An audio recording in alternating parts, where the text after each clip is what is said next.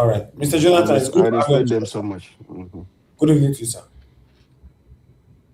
Hello, Mr. Mr. Harris. Jonathan, How are you? I'm fine, sir. Yes, I can hear you now. Thank you. Good evening to Yeah. you, sir. Talk to us. You did too fast. Yeah, too fast. Anyway, I greet you all. God bless you Thank for you, the sir. good work you are doing. I greet my fellow panelists. I greet you all. Dr. CM, I greet you. That Windco story, mattress story, I I love that story. Oh That yes. thing, that Windco mattress has been in Nigeria for a long time. God bless you, For a Jonathan. long, Since for a long, we 80s. have the pillow. When you buy in those days, now me I remember now when I dey go college, when I dey go stay. Now that pillow, Winco pillow, now in my mama buy for Yes. me. Two of them. That thing has been when I was my first year in university. Now that pillow, that Winco pillow, that thing don't See? day Yeah. since in Nigeria, you know. So I didn't know the story. I didn't know the story behind it. I You see? must say. I just know say now Windco mattress, Windco pillow that time. You know. Anyway, that's Nigeria where there is no wealth without Enter enterprise. enterprise. See? It's what we have it's what we have in Nigeria. But it's good to know the story behind it. You know. That's why I though it's business. That's the other person that I like in that terrain also is this Kocharis man. Okay. Kocharis man, though he's a businessman to the core, his own. Yes. He has his dealings, but his wealth is you know the story. There's a story behind his wealth from nothing, Exactly. from absolutely Exactly. nothing. You know, it does From not matter from what you are doing. A lot of people from now Kadara Street at from Ebutemeta, if you in know the place. Mushi Kadara. there, yes, now Eh, where there was Ebutem. nothing, where they Yeah. carry motorcycle, they do business, motorcycle parts, so there is a story behind their wealth, you know. Warren Buffett, the richest man, who was the former richest man in the world. There is story behind his wealth. You can go back and you can see the story. Bill I Gates, think you I know think the story. I think that Warren Buffett, they said is the bungalow he bought either in the Yes, now. In 60s. fact, He's still living till today. see today apartment. You know all these apartment where they get front Okay, door. Now okay, apartment even. I think say the now. apartment now, this You apartment see, now the man they live. See today, you all see, those not high story, first floor, second, ground floor that they ground build floor. side by side like that. Now the man still they live till today with his Upon billions. say, ah, They have story. All of them, each and every one of them have their own peculiar story that you will attach, but not in my country. When you pick one or two, at very best, you can pick maybe one or two in Nigeria that you can say this is the story. The rest, there is nothing. It's all that money, that commonwealth. But anyways, before I before I go into that, let me greet my people once again. God bless you all, my fellow panelists. I'm on the diaspora. I greet you. God bless you greatly. And my fellow commenters and callers. I greet every one of you. You're all welcome. God bless you all. You know, when Mr. Elvis, when you are showing the video of the church the church service where the reverend or the reverend there, the Catholic reverend who was you know admonishing the people there and presenting the governor. Yes. What simply came to my mind is that when the time of a man comes, the time of a man has come. No one Exactly. can stop him. it's Period. true. Can't stop. You It's can't true. stop him. Well, they can fight all they like. They can fight all they like. This is the time. There is It's time true. for everything in life. As far as Mr. Peter Obi is concerned, this is the time. And I don't see anybody that will stop this man from becoming the president of Nigeria. They will fight it, but this is the time. The time has come.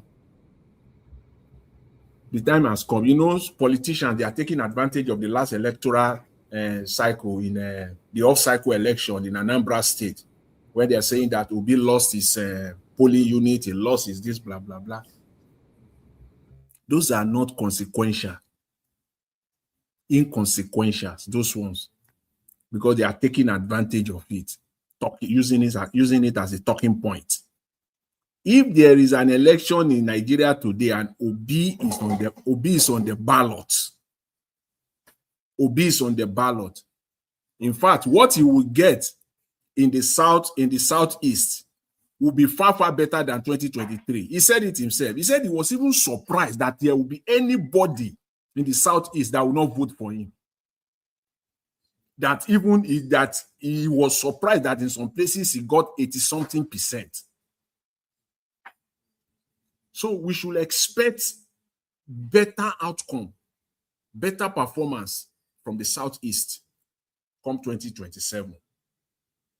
I'm saying this, I'm speaking in the affirmative because I believe that Mr. Peter Obi will be on the ballot, that he will be the presidential candidate of the ADC. I've given my reason for that. I don't see any, if the people that gather together, put themselves together in that ADC, all of them, if they are in their right senses, they are normal human beings, they are not supposed to be in the asylum somewhere, Peter Obi should be their candidate. All this talking point. I still had this guy today, was it Oshoma, still talking about you have to go for the primary first. Fine. Let's go, let them do the primary. They will talk about democracy. Let them do the primaries and let us see. It's even good. Do the primaries. Then we will know, people will know what you people are.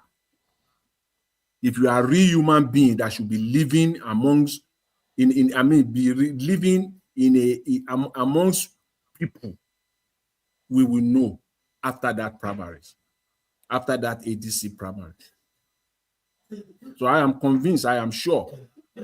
That's why when I listen to the analysis of the likes of Tambua in the past few days or so, when he was doing he did this colloquium, his birthday, whatever, he gather all these people, they are talking. Tambua was analyzing Nigerian electoral votes. All of them. They do that all the time. You will hear them. Analyzing fake numbers. What do you want to extrapolate from fake numbers? It will be tribalism. Based on tribalism or religion. Those don't use those. And when they want to talk, I'm sick and tired. 2023 from the south, from the east, from northwest, Tinubu got this. Are those real numbers? What kind of deception is this? That's why I would say Nigeria is the grand country of all deception. Using fake numbers to make analysis. Your analysis is faulty ab initio from the get-go because you are using fake numbers as the basis for those analyses. So your outcome, whatever you're analyzing, it cannot hold. Can never hold. This man, Showunmi, was still on channels yesterday, still using the same. They do this, or they need to get up the space and stop using these fake numbers, fake INEC results. Fayose loves doing that all the time. The former Ekiti governor, using the same fake numbers. You cannot use those fake numbers. You can't. You see, Jonathan, Yes. sorry to put in this. What you are saying about fake numbers is what I was. Sorry, I didn't turn up or I couldn't make it on Niger Watch platform. The day they were talking about what happened in Eboma in Edo State and the people talking about the Edo people, Nasi Okpebolo. It was Okpebolo. Was it Edo people that elected him? No. It wasn't. So why can you blame the people? That is what I want. The argument I wanted to. It wasn't. It was INEC it was INEC that hoisted him on the people of Edo State together with Tinubu, because there was not. If you ask Edo people under free and fair, choose your leader. Okpebolo cannot come number 10 or even number 50. They know, but why are the people are now blaming him? I mean, blaming the people. You see, people when I elect, nobody elected him. Of course. Thank you. That's just it. They should stop, and the media and in fact the grandmaster of all this rubbish, this nonsense is the Nigerian media. It's true. channels, Shehu Okibaloye, all these guys on channels, they will sit down there. You are young guys, you know what is happening, and you'll be using those fake numbers. In other words, what you are doing is that you are selling fake news to your audience. You are misrepresenting facts to your audience. Because in one breath, you all agreed that the election was rigged. In one breath, you all agreed that results were written to the point where it affected the outcome of the whole election. And then in another breath, you will still be using that same number that you have agreed that it was fake. You'll be using it to analyze 2027. You are wrong. You are wrong, completely wrong. So they should stop this. They should stop this. And going forward, let's just know anybody that comes out and be using and be saying that, okay, you know what, APC won XYZ state in the Northwest and they expect them to do this. You are just being deceptive, just to say the least. And then it comes to Mr. Tinubu. You see, Nigeria don't have a president.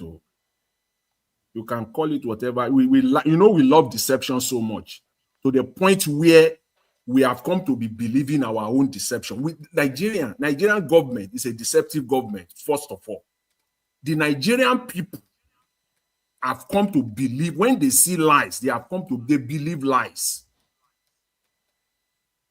They believe it so much. And I've always maintained that anything that comes out from the Nigerian government and you believe it on the face value, your first hearing of it, you have a problem. You have a problem. And I will not be out of line if I say you really need mental evaluation. I'm not excluding anyone here. It might end up to be the fact and the truth later on. But when you first hear it, at the first hearing, and you take it and you run with it, you have a problem. In today's Nigeria, that is how they have taken deception. You have a nation, a president, and commander-in-chief. In fact, for almost 1 hour yesterday, I sat in front of my television. I was just shaking my head. My wife said, "What is going on?" I couldn't talk. I was just thinking. A president of a nation and commander-in-chief. Yesterday was the Armed Forces Remembrance Day. It was nowhere to be found. Yes. And then Nigeria will say you have a president. The media will be talking about it. Are you dumb and fool? You people need mental evaluation. You are all sick. Commander-in-chief of the armed forces, and yesterday was the Armed Forces Remembrance Day. Your commander-in-chief was nowhere to be found, and you say you have a president. You are sick. Everywhere. The people, you have sick people everywhere. That in itself is even, to some extent, maybe arguable though. It's even an impeachable. It's an impeachable, act from a commander-in-chief. Especially when the reason why you are not available or nowhere to be found is not known. Completely not known to Nigerians. Nigerians don't know where, even if they know where, what is the reason now? I don't give a damn if you appear in Abu Dhabi 2 days or 3 days ago. You can take, because it is the Armed Forces Remembrance Day. It is the Armed Forces, no regard for all the heroes. And they will say our heroes past. Who are your heroes past? Heroes that you don't have respect for. Heroes that you don't have respect for. You can be in Abu Dhabi tonight, and tomorrow morning you must be there 9 a.m. Nigerian time to attend the Armed Forces Remembrance Day. The commander in chief was not yesterday, was not in Nigeria. And then you say you have a commander in chief. We have a serious problem. These people don't respect Nigerians. They don't respect even the office that they are in. They don't have regard for anything. They don't have regard for our military, no regard for the Nigerian army, the Nigerian Navy, the Nigerian Air Force. There's no respect for them. Yes. It was the vice president that was there. How could it be though? How? Any country in the world, please tell me where that kind of a thing will happen. That president will be, anyway, don't let us even talk of United States or United Kingdom. Don't even let us talk of all those ones. UK, United, any normal advanced nation. By now, the president, he will be about to sign his resignation letter just because he was not there to attend the Armed Forces Remembrance Day. Let the UK Prime Minister try it. Let the United States President try it. Let the Australian Prime Minister try that. Let the German Chancellor try that if he will not resign within 72 hours. And before you say Jack Robinson, they will be comparing Nigerian democracies to this country when it suits their whims and caprices. How dumb could we be? And then you have a legislature put themselves there, call themselves honorable House members, tag themselves as honorables, and they all kept quiet. This is serious. It's an indictment. It is. It is a serious indictment on the Nigerian military. The entire bunch of the entire Nigerian military, no respect for them. All those that have died in the past, all their work, everything, you disrespect them, you disrespect their families. Jonathan. Yes. Jonathan, don't forget your trend of thought. Normally when you do it, you are not just Nigerian armed forces, those that died on active duty. There are some that went to either Gambia, Sierra Leone, South Africa, Namibia, Botswana, where Nigerian army has been sent to, some that died. Those countries normally send representatives to come and witness it. Do you know that? Yeah, yes. It's done. Those countries, the ambassadors will line up. If you ask, they said because we having a military, like something like Liberia, Sierra Leone, we all are aware. Even Sudan, when Nigerian soldiers will go there and they help. Chad, so many people to go and dislodge people there, and not to talk of in the Caribbean like Haiti. So these people, they send the representative. That day you will see them coming to come and pay pay respect to Nigerian armed forces. The videos are there now. You saw all the ambassadors of countries. They are all there yesterday. The ambassadors of countries, they are all there. All the videos are there now. On channels, on Arise, they are all there. It was Shetima that was there now. When he laid the wreath there. That is the duty, the direct duty and responsibility of the commander-in-chief. No matter where you are, anywhere in the world, you must respect your soldiers, both living and dead, and their families.